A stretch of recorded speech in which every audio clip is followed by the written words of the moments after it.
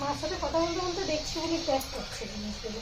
এবার আমি ভাবলাম ইন্ডাকশান দেখতে পাচ্ছি তো, আমি ভাবলাম বাবা ইন্ডাকশানও করছে, তাহলে আর কি যেখান থেকে টাকা জোগাড় করে কিনবো আর কি, এরকম ভাবছি। সব বলছে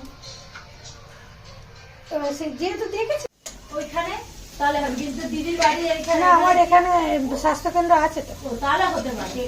তোর এখানে থাকলে হতে পারে, কিন্তু ওর এখানে, কিন্তু ও যদি আমার বাপের বাড়ি গিয়ে করতে তাহলে হবে না। না হবে না, ও যদি এখানেই থাকে তাহলে আছে তো চৌরাস্তাতে গেছিল, ওই তো দাদা ওই পেয়ে করলো করে নেই।